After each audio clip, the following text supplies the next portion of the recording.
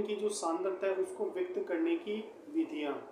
तो विलयन की सांद्रता को व्यक्त करने की जो मुख्य रूप से विधियाँ है वो दो प्रकार की होती है। एक तो गुणात्मक है जिसमें तनु या सांद्र प्रकार का विलयन है, उसके बारे में चर्चा करते हैं। दूसरी होती है मात्रात्मक विधि। तो मात्रात्मक जो विधि है उसके अंदर में हम आगे जो कौन कौन सी विधियाँ पाई जाती है या मात्रात्मक रूप से हम कैसे उसको व्यक्त कर सकते हैं, तो उससे रिलेटेड जो विधियाँ उनको हम पढ़ेंगे। तो पहली जो आपके पास में जो मात्रात्मक जो सांद्रता व्यक्त करने की जो विधि है वो है द्रव्यमान प्रतिशत। द्रव्यमान प्रतिशत के नाम से आपको चल रहा है कि वेट अपॉन वेट है।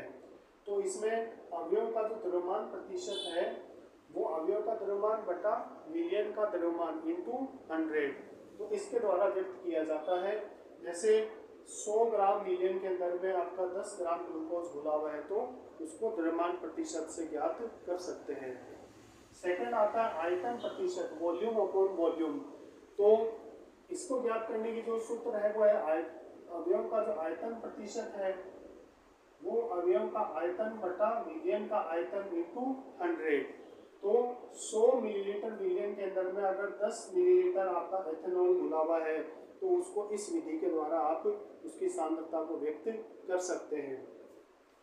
थर्ड आता है द्रव्यमान आयतन प्रतिशत, वेट अपॉन वॉल्यूम। तो इस मेथड के अंदर में अवयव का जो द्रव्यमान आयतन प्रतिशत है वो अवयव का द्रव्यमान बटा विलयन का आयतन इंटू 100।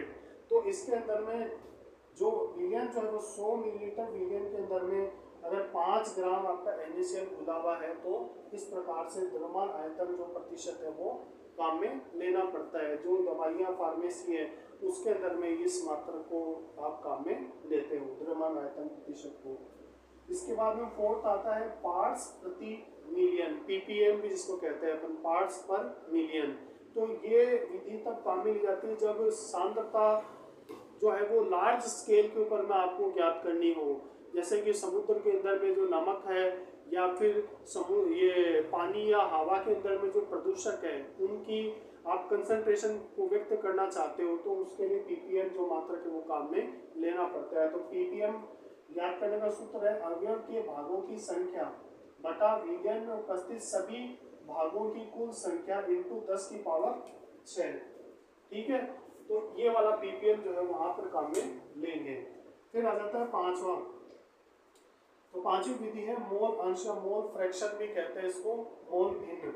तो अवयव का जो मोल अंश है वो उसका ज्ञात करने का तरीका है अवयव के मोल बटा सभी अवयवों के कुल मोलों की संख्या को उसमें भाग देंगे तो आपके पास उस पर्टिकुलर जो अवयव है उसका मोल भिन्न आपके पास आ जाएगा। तो सभी अवयवों के मोल भिन्नों का जो टोटल होता है वो 1 होता है, 1 होता है।